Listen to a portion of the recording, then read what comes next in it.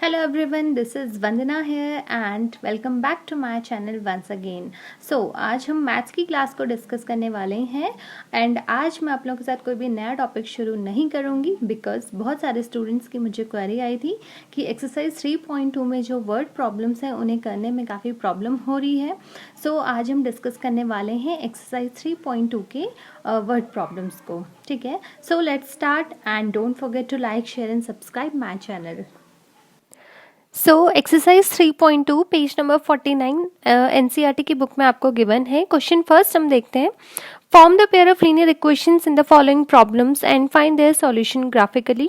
आपको दो problems given है और आपको क्या करना है, उनकी लीनियर इक्वेशंस उस वर्ड प्रॉब्लम की लीनियर इक्वेशन में कन्वर्ट करना है आपको और उसके बाद ग्राफिकली उनके सॉल्यूशंस को फाइंड आउट करना है. ठीक है, तो इसमें फर्स्ट है आपका 10 students of class 10th took part in a mathematics quiz and if the number of girls is 4 more than the number of boys then find the number of boys and girls who took part in the quiz.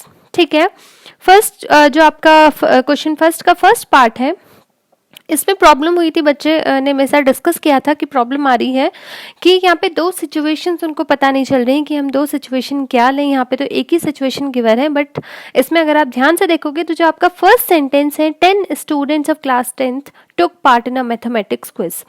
आपने जो आप mathematics quiz में जो students ने part लिया है तो वो टोटल नंबर ऑफ स्टूडेंट्स हैं आपके 10. तो फर्स्ट सिचुएशन आपकी यही है, आपका यहीं से एक इक्वेशन बनेगी. और सेकंड सिचुएशन जो है, if the number of girls is 4 more then the number of boys, यहाँ पे आपकी सेकंड इक्वेशन फॉर्म होगी इस सिचुएशन से. ठीक है, तो सबसे पहले मैंने आपको बताया था कि आप एक तो आपको ये पता चल जाना चाहिए कि दो सिचुएशंस कौन सी हैं जिनसे आपकी लीनियर इक्वेशन फॉर्म होगी और दूसरा आपको पता करना है कि आपका सपोजिशन क्या रहेगा. मैं हमेशा बोलती हूँ कि आप फोकस करो आपके सपोजिशन में. तो हमेशा ये चीज़ आप देखना कि आपको जो चीज़ फाइंड आउट करनी है आपका सपोजिशन भी वही होता है. जैसे इस क्वेश्चन में गिवन है कि find the number of boys and girls, तो आप सपोजिशन भी वही करोगे, आपके वेरिएबल भी वही होंगे कि find the number of boys, मतलब आपको सपोजिशन जो है आपका नंबर ऑफ बॉयज़ को आपको सपोज करना है और दूसरा आपको नंबर ऑफ गर्ल्स को सपोज करना है. ठीक है, तो सपोज आपके जो नंबर ऑफ गर्ल्स हैं वो आपके आप ले लेते हैं, सपोज उसको x ले लो और दूसरा आप नंबर ऑफ बॉयज़ ले लो y. ठीक है, आप x और y कोई भी ले सकते हो, कोई आप बॉयज़ को x ले सकते हो, गर्ल्स को y ले सकते हो, ऐसा कुछ नहीं है. आप मतलब कोई भी दोनों में से आपको सपोजिशन आपका दोनों में से कोई भी वेरिएबल आप उसको दे सकते हो. ठीक है, तो आपने ले लिया कि नंबर ऑफ गर्ल्स आपकी x है और नंबर ऑफ बॉयज़ आपकी क्या है, y है. तो आपका फर्स्ट जो आपकी सिचुएशन मैंने बोला था कि टोटल स्टूडेंट्स जो पार्ट ले रहे हैं वो 10 है और टोटल का मतलब होता है आपका एडिशन. कुछ वर्ड पे आपको फोकस करना है, आपको साइन जिनसे पता चले, तो आपका टोटल का मीनिंग होता है आपका हमेशा एडिशन. ठीक है, आपको वहाँ पे चीज़ों को ऐड करना होता है. तो ये क्या है, आपका नंबर ऑफ बॉयज़ और नंबर ऑफ गर्ल्स को आप ऐड कर दोगे तो टोटल पार्ट लेने वाले स्टूडेंट्स थे कितने, 10. तो इसका मतलब यहाँ से फर्स्ट इक्वेशन बन जाएगी x + y is equal to 10. तो ये हो गई आपकी फर्स्ट इक्वेशन. ठीक है, इसी तरीके से आप सेकंड सिचुएशन की बात करते हैं. तो सेकंड सिचुएशन आपको गिवन है कि if the number of girls is 4 more then the number of boys. आपके जो गर्ल्स हैं उसमें से, ठीक है, टोटल स्टूडेंट्स में से जो आपके गर्ल्स हैं वो आपके बॉयज़ से कितने हैं, 4 ज़्यादा हैं, ये आपकी सिचुएशन गिवन है. ठीक है, तो नंबर ऑफ गर्ल्स कितनी थी आपकी x, वो है कितना, 4 ज़्यादा है बॉयज़ से, मतलब x is equal to 4 more than मतलब ऐड मतलब प्लस, और बॉयज़ कितने थे आपके y. तो मतलब जब आप बॉयज़ में आप 4 ऐड करोगे तब वो गर्ल्स के इक्वल होंगे. तो आपका सिचुएशन बन गई है x is equal to 4 + y. ठीक है, ये आपकी सेकंड इक्वेशन है. अब आप यहाँ से एक और चीज़ ध्यान रखना, अगर इस तरीके से आपको कंफ्यूजन होता है तो हमेशा ध्यान रखो कि कहीं पे भी अगर मोर देन और लेस देन की कंडीशन गिवन होती है किसी सिचुएशन में तो वहाँ से आप एक और चीज़ ले सकते हो कि मतलब अगर more than less than given है तो मतलब वहाँ पे जो दो वेरिएबल हैं या दो आपने जो भी सपोजिशन है उन दोनों के बीच का डिफरेंस गिवन है और जितना मोर देन या जितना लेस देन होगा वो दोनों का डिफरेंस होगा. मतलब यहाँ पे नंबर ऑफ गर्ल्स और नंबर ऑफ बॉयज़ के बीच का डिफरेंस कितना है, उसने कितना बोला है, कितनी गर्ल्स ज़्यादा है, 4, तो डिफरेंस कितना है दोनों में, मतलब 4 का डिफरेंस है. तो आप इस तरीके से भी आप सेकंड इक्वेशन को ले सकते हो. तो दोनों के बीच का डिफरेंस, अब आपको ये चीज़ भी ध्यान रखनी है कि आपको फर्स्ट क्या लेना है, सेकंड क्या लेना है। जैसे आप मतलब y माइनस एक्स लिखोगे या x माइनस वाई लिखोगे, तो यहाँ पे देखो गर्ल्स ज़्यादा हैं तो ऑब्वियसली आप x माइनस वाई लिखोगे, तो x माइनस वाई दोनों के बीच का डिफरेंस कितना है, 4 है। तो ये आपकी क्या हो गई, सेकेंड इक्वेशन हो गई। तो आप दोनों में से किसी भी तरीके से आप इक्वेशन को फॉर्म कर सकते हो, सेम है, ठीक है। इसके बाद आपको फर्स्ट यही था कि लीनियर इक्वेशन आपको फॉर्म करनी है, और दूसरा आपका है ग्राफिकली सॉल्यूशन को फाइंड आउट करना है। तो ग्राफिकली सॉल्यूशन फाइंड आउट करना मैंने सिखाया था, एक बार मैं फिर से इस क्वेश्चन में आपको बता देती हूँ कि आपको इस तरीके से दोनों इक्वेशंस को अलग अलग लिखना है, और आपको x की डिफरेंट वैल्यू पे y की डिफरेंट वैल्यूज़ को फाइंड आउट करना है, या y की डिफरेंट वैल्यू को पुट करके आपको x की वैल्यूज़ को फाइंड आउट करना होता है, ठीक है। और सबसे सिंपल मैंने तरीका आपको बताया कि एक बार x की वैल्यू को आप 0 पुट करो तो आपको y की वैल्यू निकल जाएगी, और एक बार आप y को 0 पुट करो तो आपके पास x की वैल्यू निकल जाएगी, ठीक है।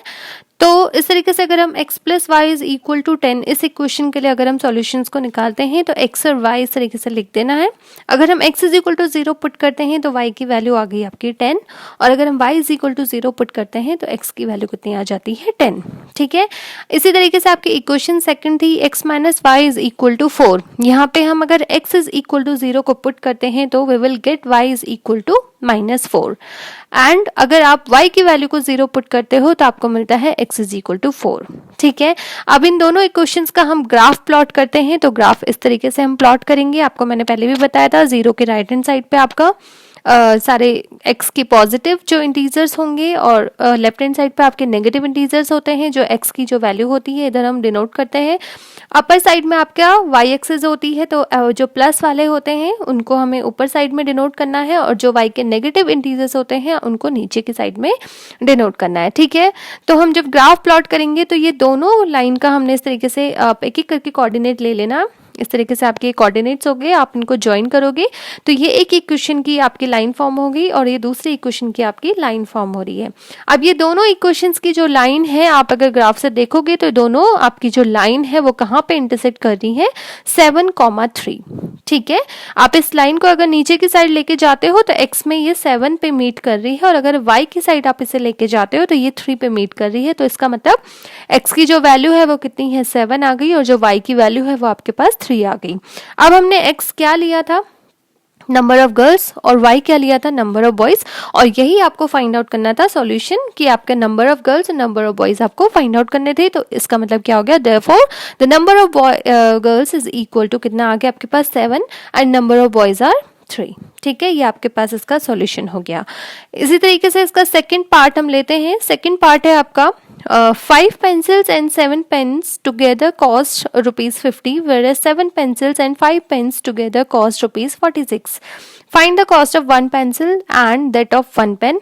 इस क्वेश्चन को वैसे किसी ने नहीं पूछा था, क्योंकि सिंपल वैसा ही क्वेश्चन है जैसा मैं पहले ऑलरेडी करा चुकी हूँ, लेकिन फिर भी मैं इसका सॉल्यूशन आप लोग के साथ शेयर कर देती हूँ। सिंपल है, यहाँ पे तो आपको सीधे सीधे पता चल रहा है कि cost of 1 pencil and cost of 1 pen निकालनी है। तो इसका मतलब आपका सपोजिशन भी आपका वही रहेगा कि 1 पेंसिल आप लेट मान लो x, और आपने 1 पेन मान लिया है, आपने सपोज उसका कॉस्ट है ₹y, ठीक है।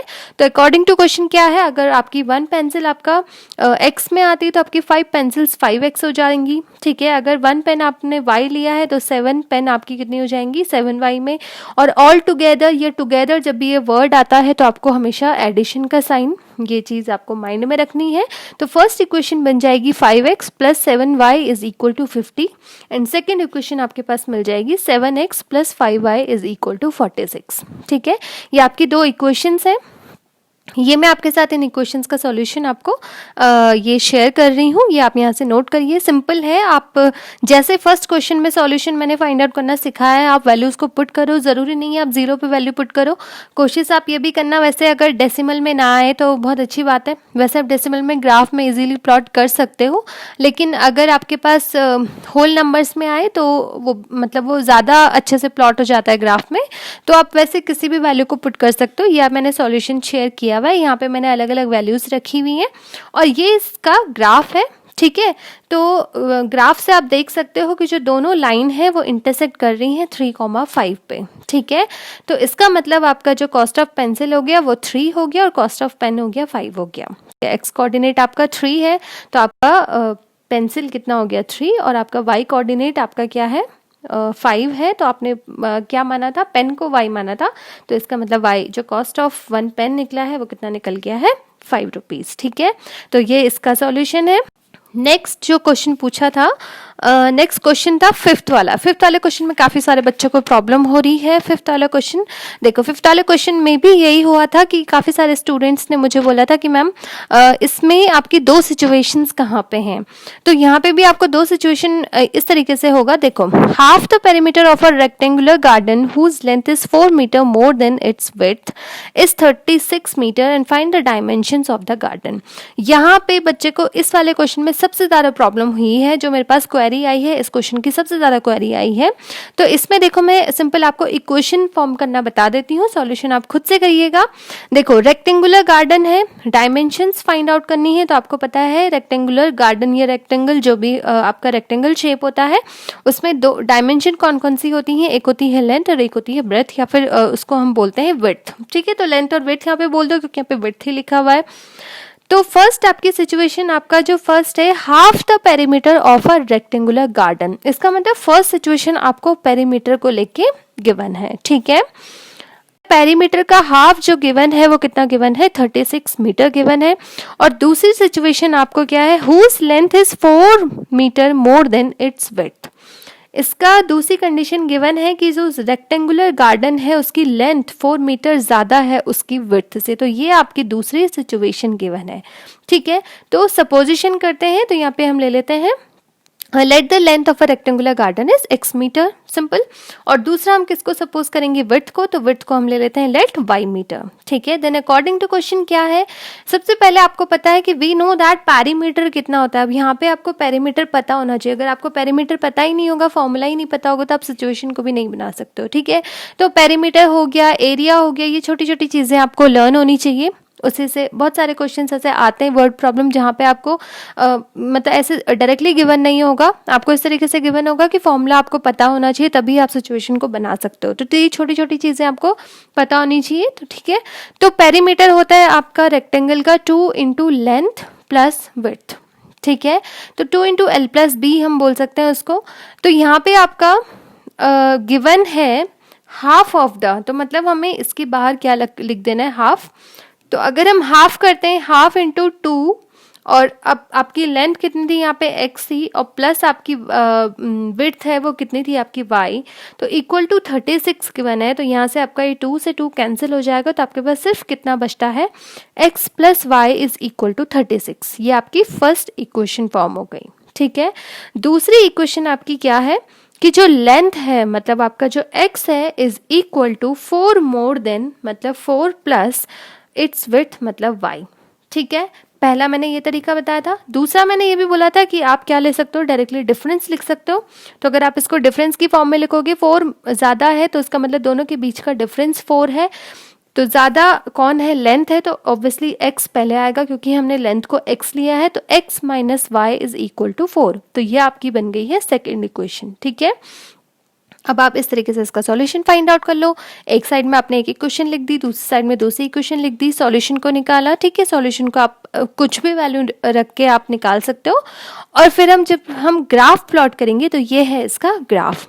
दोनों लाइन एक दूसरे को इंटरसेक्ट कर रही हैं 20,16 पे। तो आपकी जो लेंथ है वो आ जाएगी 20 मीटर, और जो आपका विड्थ है वो कितना आ गया आपका 16 मीटर। ठीक है, सिक्स्थ क्वेश्चन है। सिक्स्थ क्वेश्चन में given the linear equation 2x plus 3y minus 8 is equal to 0, write one another linear equation in 2 variables such that the geometrical representation of a pair so formed is, first है intersecting lines, second है parallel lines and third है आपका coincident lines.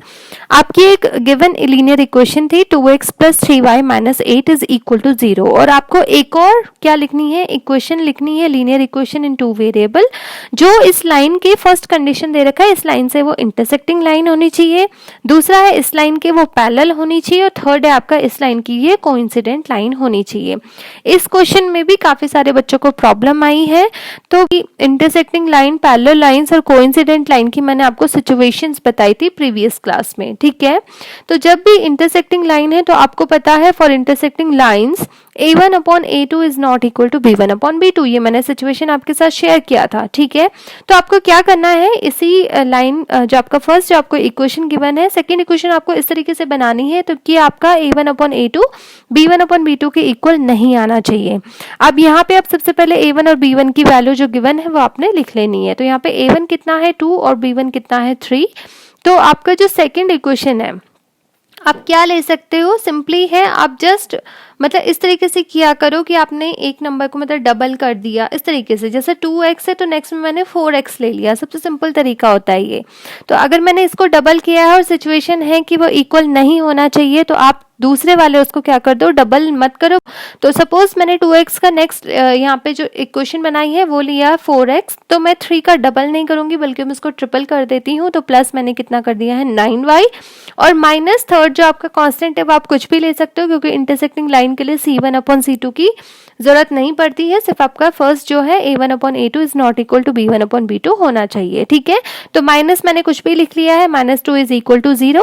तो यहाँ पे आप देखोगे a2 आपके पास 4 आ गया है, b2 आपके पास 9 आ गया है। तो अगर मैं a1 अपॉन a2 की वैल्यू फाइंड आउट करती हूँ तो ये आ रहा है आपके पास 2 अपॉन 4 और 2 अपॉन 4 को अगर हम कट करते हैं तो वो आ गया आपके पास 1 अपॉन 2।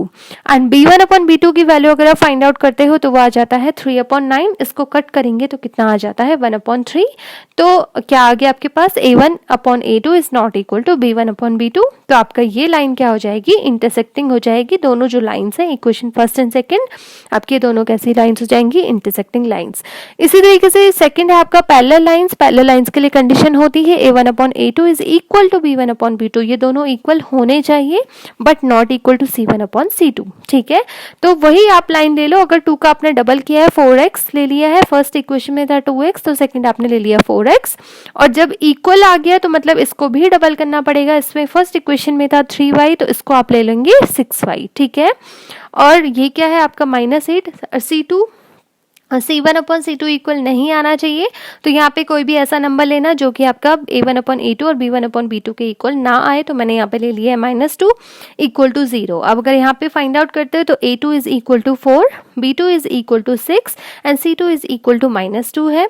अब आप वैल्यू को फाइंड आउट करो, a1 अपॉन a2 कितना आ जाएगा 2 अपॉन 4, इसको कट करेंगे तो वैल्यू आ जाती है 1 अपॉन 2।